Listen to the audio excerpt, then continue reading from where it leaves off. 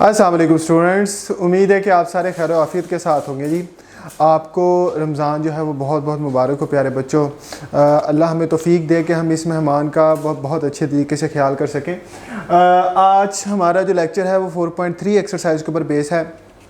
4.1 और 4.2 एक्सरसाइज मैं आपको बता चुका हूँ। 4.3 एक्सरसाइज को देखने से पहले आपको डिस्क्रिप्शन में लिंक दिए हुए होंगे, वो इसकी थ्योरी के ऊपर बेस होंगे, तो वो वहाँ से जाके पहले इसकी थ्योरी को पढ़ लें काइंडली। यहाँ पे मैं आपको 4.3 एक्सरसाइज प्रैक्टिकली सॉल्व करके बता रहा हूँ कि किस तरीके से हम क्वेश्चन करेंगे। इस 4.3 एक्सरसाइज के जो क्वेश्चन स्मार्ट सिलेबस में है वो मैंने लिख दिए हैं, सारे नहीं लिखे, आज के लेक्चर में जो करेंगे मैंने वो लिख दिए हैं। हम क्वेश्चन नंबर 3 का पार्ट ए बी करेंगे, क्वेश्चन नंबर 4 करेंगे, 6 करेंगे, 9 करेंगे, 9 तक करेंगे, 10 नहीं होगा या 10 हम अगले लेक्चर में ले जाएंगे। तो हमने क्वेश्चन नंबर 3 का part A B, question number 4, 6 और क्वेश्चन नंबर 9 4.3 का इस लेक्चर में कवर करना है। अब क्वेश्चन नंबर 3 के ए बी पार्ट में से मैं ए पार्ट कर रहा हूं जी। ए पार्ट देखिए क्या लिखा हुआ है, लिखा हुआ है -1 -3 into 1 5 to 2 9 lie on same line show करें स्लोप की हेल्प से। देखें क्वेश्चन को पहले समझिए, इसका मतलब क्या है।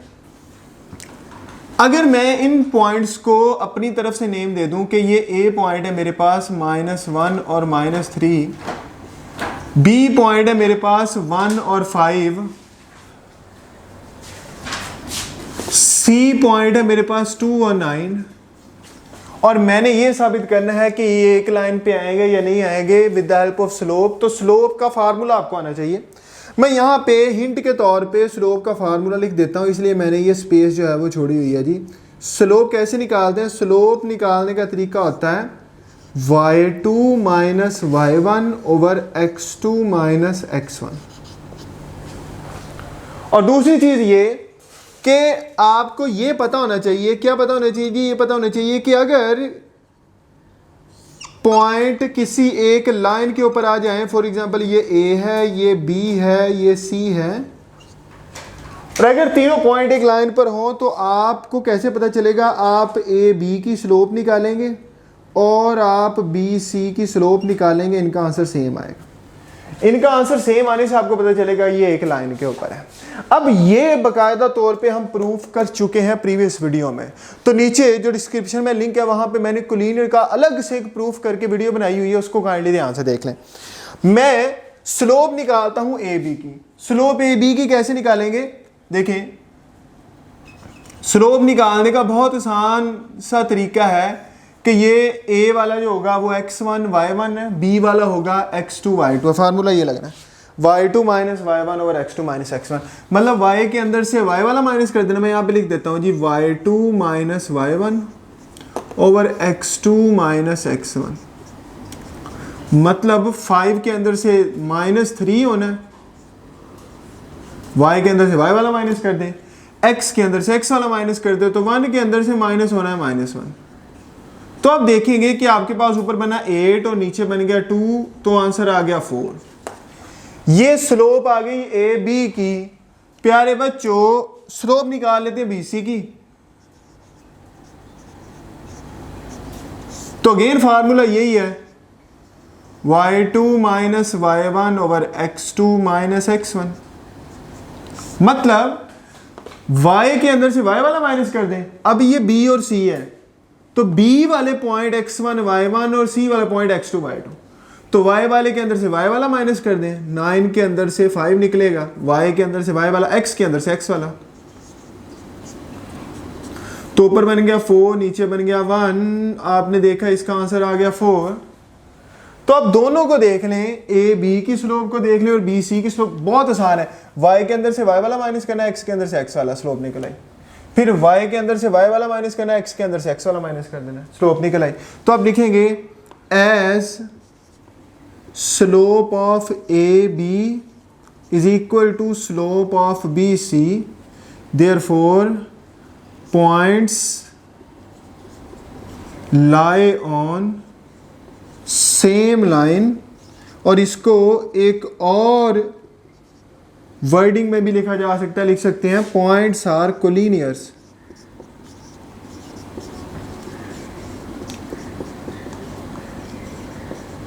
ले जी, तो ये हमारा क्वेश्चन था कि हमने साबित कर दिया कि पॉइंट्स कोलिनियर हैं, एक ही लाइन पर है क्योंकि उनकी स्लोप बराबर आ गई। अब आप लोग इसका बी पार्ट देख रहे हैं, अगर ये वाला बी पार्ट देखें तो ऐसे ही आपको 3 पॉइंट्स दिए गए होंगे, तो आपने बी की स्लोप निकाल लेनी है, बी सी की स्लोप निकाल लेनी है, दोनों का आंसर बराबर आ जाएगा। तो आपको पता चल जाएगा कि ये पॉइंट्स जो हैं वो कोलिनियर है या नहीं है। तो वो क्वेश्चन आपका, तो क्वेश्चन नंबर 3 हम कर चुके हैं। क्वेश्चन नंबर 4 के ऊपर बहस करते हैं। क्वेश्चन नंबर 4 क्या देखें। क्वेश्चन नंबर 4 है प्यारे बच्चों, मैं स्टेटमेंट इसकी पढ़ रहा हूं। फाइंड के, नहीं जी, फाइंड के so that the line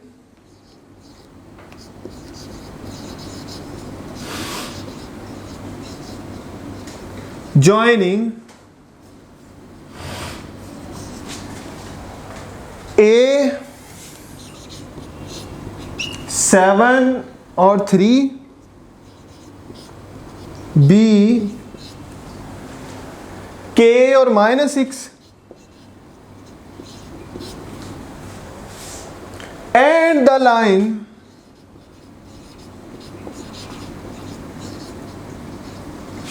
joining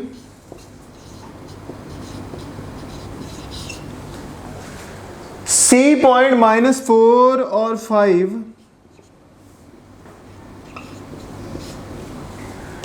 और D पॉइंट है -6 और 4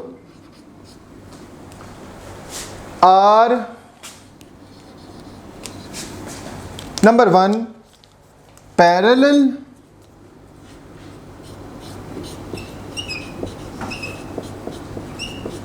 नंबर 2 परपेंडिकुलर। शॉर्ट क्वेश्चन के लिहाज से ये बहुत ही ज्यादा अहम क्वेश्चन है स्मार्ट सिलेबस। शॉर्ट क्वेश्चन के लिहाज से बहुत ज्यादा अहम क्वेश्चन है। मैं ऐसा करता हूं प्यारे बच्चों, आप लोगों को एक एक पैरेलल की सबसे पहले थ्योरी समझाता हूं। आपको अगर प्रीवियस लेक्चर आते हैं जो मैंने दिए हुए हैं तो आपको ये क्वेश्चन देखते ही समझ आ चुका होगा। हम नंबर 1 कर रहे हैं पैरेलल केस। क्या है पैरेलल केस, समझे जरा क्वेश्चन को। उसने कहा के निकालें, एक लाइन जो है वो ए बी से मिलकर बन रही है। देखिए मैं ए बी से मिलकर एक लाइन बना रहा हूं। ये फॉर एग्जांपल लाइन है एक, ये लाइन ए और बी से मिलकर बन रही है। ए पॉइंट है आपके पास 7 और 3 और बी पॉइंट है आपके पास के और -6। ये कोई लाइन है ए बी से मिलकर बन रही है। इसी तरीके से एक लाइन है वो सी डी से मिलकर बन रही है, वो पैरेलल है। तो ऐसे ही इसके पैरेलल ही दूसरी लाइन है वो सी डी से मिलकर बन रही है। तो सी पॉइंट है उसका -4 और 5 और डी पॉइंट है -6 और 4। और ये आपको फिगर ये बता रही है कि ये पैरेलल है आपस में। एक लाइन ए बी से मिलकर बन रही है, एक लाइन सी डी से मिलकर बन रही है और दोनों आपस में पैरेलल है। हमें पता है कि ये पैरेलल है, के निकालना है। तो हम कैसे निकालेंगे, आप पहले स्लोप निकालें जी। मैं पहले ए बी की स्लोप निकालता हूं। देखिए slope of A B, formula वही लगाएंगे, y2 minus y1 over x2 minus x1। y वाले के अंदर से y वाला माइनस कर दें तो -6 में से -3 कर दें। y के अंदर से y वाला -6 से 3 और x के अंदर से x वाला k में से 7। तो आपके पास बन गया -9 ओवर k -7। देखो y के अंदर से y वाला माइनस, x के अंदर से x वाला माइनस, स्लोप यही होती है ए बी की स्लोप। फिर सी डी की स्लोप निकाल लेते हैं। Slope of C D, slope ऐसे निकलनी है y2 minus y1 over x2 minus x1। तो y वाले के अंदर से y वाला माइनस कर दे तो 4 माइनस 5 और x वाले के अंदर से x वाला माइनस कर दे -6 प्लस 4। तो आपके पास बना -1 अपॉन -2। तो ये बन गया जी 1/2। अब आप लोग इसको ध्यान से देखें, आप ये देखें ये आंसर तो सेम नहीं आया। और हमने ये नहीं देखना, उसने हमें पहले बता दिया हुआ है कि ये पैरेलल लाइंस हैं। तो मैं यहाँ पे लिख रहा हूं we know lines are parallel, और अगर लाइनें पैरेलल हों तो क्या होता है, जितनी लाइनें पैरेलल हों उनकी स्लोप आपस में बराबर होती है, तो इनकी स्लोप आपस में बराबर होगी। Slope of A B is equal to slope of C D. और ये बराबर हमने इसलिए रखा है क्योंकि ये हमें पहले पता है कि ये पैरेलल है। अब आप इनकी वैल्यूज लगा दें, इसकी वैल्यू ये है -9/k-7 इज इक्वल टू 1/2, और आप इसको क्रॉस मल्टीप्लाई करें तो -18 इज इक्वल टू k-7, और ये इस तरफ आके प्लस कर दें तो -18 + 7 इज इक्वल टू k, तो यहां से k की वैल्यू निकल आई -11। ये हमारा क्वेश्चन था। तो यहां पे क्वेश्चन देखें, फाइंड k, तो k आपने निकाल लिया हुआ, k की वैल्यू आ गई है -11। तो ये इसका था प्यारे बच्चों केस नंबर फर्स्ट। अब इसका केस नंबर 2 के ऊपर चलते हैं कि अगर ये लाइनें परपेंडिकुलर हो तो क्या होगी। तो दूसरे केस पर चलते हैं। अब बोर्ड में जब ये आएगा शॉर्ट क्वेश्चन के लिए तो एक आधे केस आएगा। नहीं जी, केस नंबर 2 के ऊपर बात करते हैं। केस नंबर 2 है कि अगर ये लाइनें परपेंडिकुलर हो, फिर क्या होगा।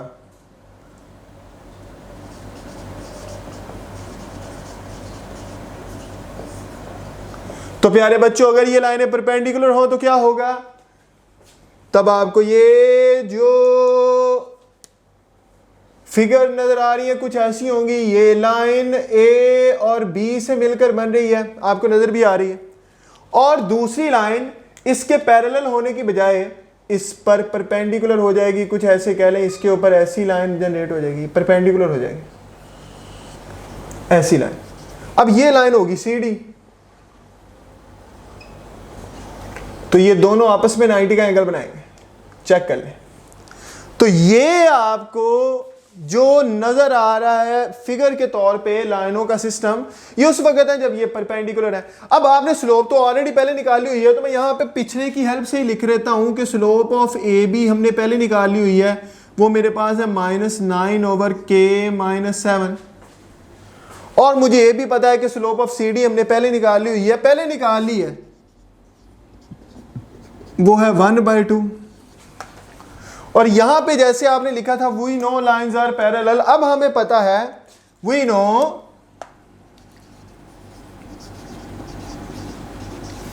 लाइन्स आर परपेंडिकुलर्स,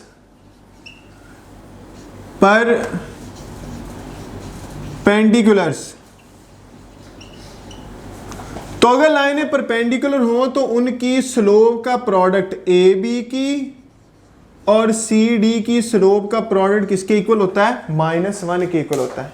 ये दो ही बातें हैं। अगर पैरेलल हो तो स्लोप बराबर होती हैं, अगर परपेंडिकुलर हो तो उनकी स्लोप का प्रोडक्ट -1 के इक्वल होता है। जिसने ये समझना है कि ये कैसे आया तो वो मेरी प्रीवियस वीडियो पे चले जाए, वो आपको थंबनेल पे ये नजर आ रहा होगा, मैंने लिखा होगा कि दोनों स्लोप्स की प्रोडक्ट -1 की इक्वल कब होगी, और वो मैंने बहुत डिटेल में समझाया हुआ है। अगर परपेंडिकुलर हो तो ये होता है, अगर पैरेलल हो तो बराबर होती है। इनकी वैल्यू लगा दें। तो ये ए बी है जी -9/k-7, और सी डी है 1/2। ये हो गया जी -1 के इक्वल। तो आप ऐसा करें, ये दोनों उधर जाके मल्टीप्लाई कर दें, ये माइनस को माइनस से काट दें यहाँ पे, तो ये उधर जाके मल्टीप्लाई कर दे, बना 9 इज इक्वल टू, ये 2 भी उधर चला गया और k-7 भी उधर चला गया, तो बना 9 इज इक्वल टू 2k-14। 14 को इधर ले आए, प्लस कर दें 2k, और ये बना 23, और वो 2 आके डिवाइड हो गया। ये आ गई प्यारे बच्चों k की वैल्यू।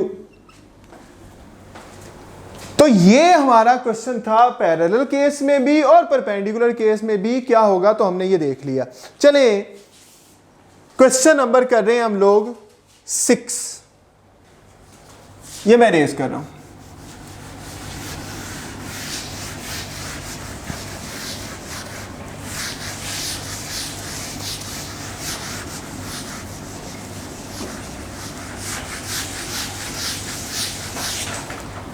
तो क्वेश्चन नंबर 6 है,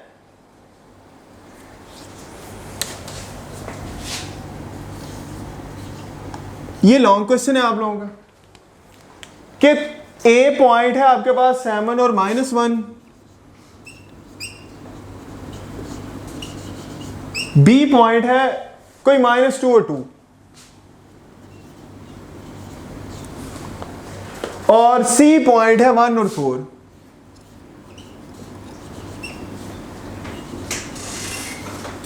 ए पॉइंट है, बी पॉइंट है, सी पॉइंट है, are consecutive vertices of parallelogram, are consecutive vertices of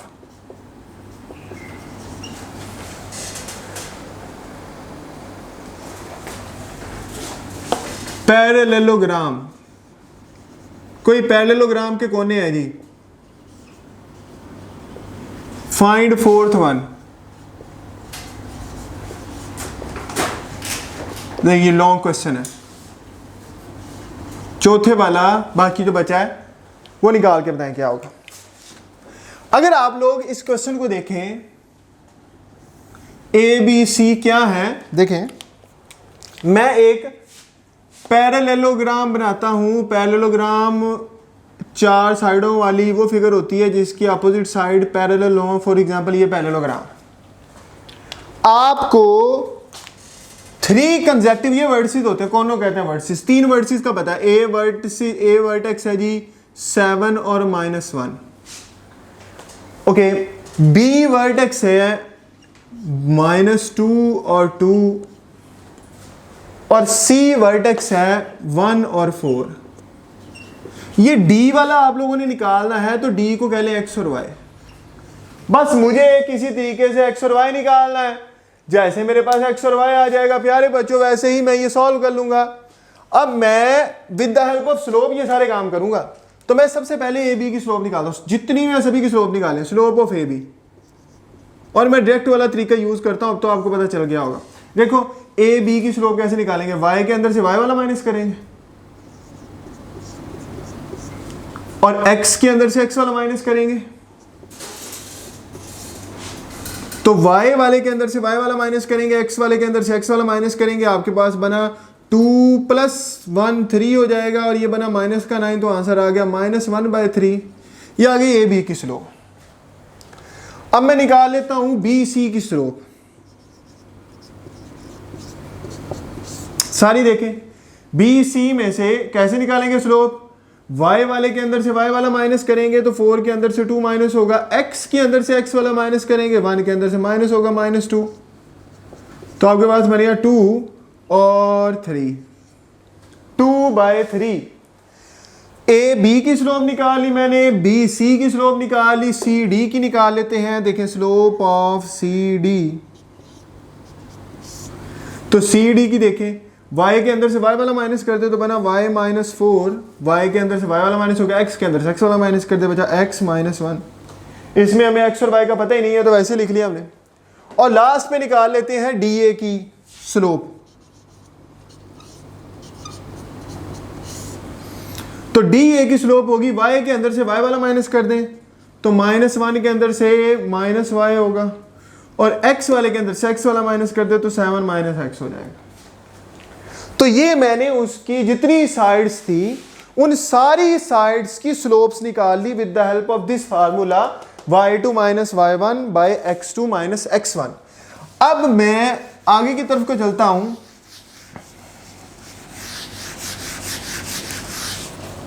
देखें इस फिगर में मुझे पता है, इन पैरेललोग्राम में मुझे ये नजर आ रहा है कि ए बी और डी सी पैरेलल है। A B is parallel to C D, कि ये लाइन और ये लाइन आपस में पैरेलल है। तो जो लाइंस पैरेलल होती हैं उनकी स्लोप बराबर होती है, तो देयरफॉर ए बी की स्लोप और सी डी की स्लोप आपस में बराबर होंगी। आप ऐसा करें, इनमें वैल्यूज लगा लें। तो ए बी की स्लोप आपने निकाली हुई है -1/3, और सी डी की आप लोगों ने निकाली हुई है y -4 ओवर x -1। आप इनको क्रॉस मल्टीप्लाई कर दें, ये इस तरफ ले आए, -1 के साथ ये मल्टीप्लाई हो गया, ये उस तरफ ले जाएं 3 के साथ, y माइनस 4 मल्टीप्लाई हो गया, minus X plus 1 is equal to 3y minus 12। तो ये भी उधर ले जाएं, 0 इज इक्वल टू एक्स उधर चला गया प्लस 3y माइनस 12, और ये 1 उधर जाके माइनस हो गया, ये उधर जाके प्लस हो गया, उधर जाके माइनस हो गया। ठीक कर ले, x plus 3y minus 13 is equal to 0। Check करें, ये मेरे पास इक्वेशन नंबर 1 बन गई।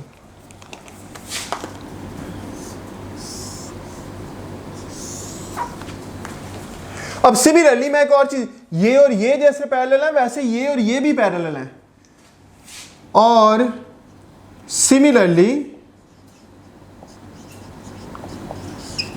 कि ये जो है बी सी और डी ए, बी सी और डी ए भी आपस में पैरेलल है, ये वाली भी पैरेलल है, तो इनकी स्लोप भी बराबर होगी। जो दो लाइनें पैरेलल हो ना उनकी स्लोप बराबर होती है, तो इनकी स्लोप भी बराबर होगी।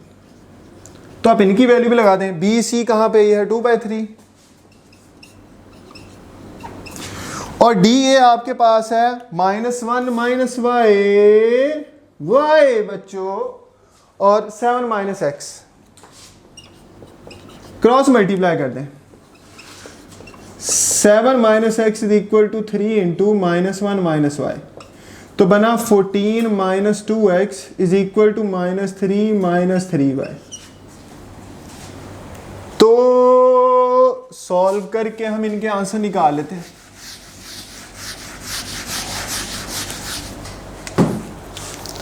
तो ये दोनों इस तरफ ले आए, आपके पास बना 0 इज इक्वल टू, ये 2x आगे प्लस का हो गया, माइनस का 3y, माइनस का 3 पहले, या 14 भी आगे माइनस का हो गया, तो बना 2x minus 3y minus 17 is equal to 0। ये बना इक्वेशन नंबर 2 वाला हिस्सा। अब दो वेरिएबल निकालने के लिए आपको कितनी इक्वेशनों की जरूरत है? दो वेरिएबल निकालने के लिए दो इक्वेशनों की जरूरत है। तो आपके पास दोनों इक्वेशन है, आपने x और y निकाल लेने। आप इधर देखें तो यहां पे x अकेला है, इसको मैं कह दूं इक्वेशन नंबर 1, ये मेरे पास है इक्वेशन नंबर 2। दो इधर x के साथ 1 है, उधर x के साथ 2 है, इधर y के साथ 3, उधर भी y के साथ 3 है, तो y वाले कट जाएंगे, आप इनको ऐड कर लेंगे, एडिंग 1 एंड 2।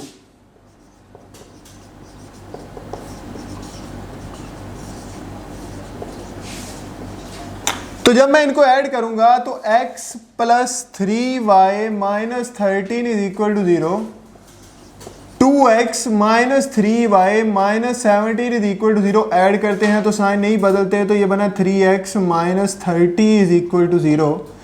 तो 3x इज इक्वल टू 30, और x की वैल्यू आ गई 3 पे डिवाइड कर दे 10। ये ले, इस x की वैल्यू को जिसमें मर्जी पुट कर दे, पुट इन इक्वेशन नंबर 1।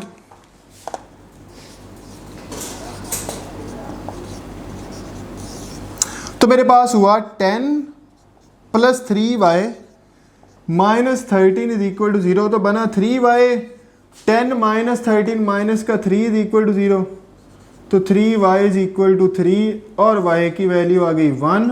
तो ले जी, मेरे पास कोऑर्डिनेट बन गया D पॉइंट जिसको x और y का हुआ है, वो आपके पास आ गया 10 और 1, और ये आपका आंसर हो गया। आपने ये वाला फाइंड कर लिया।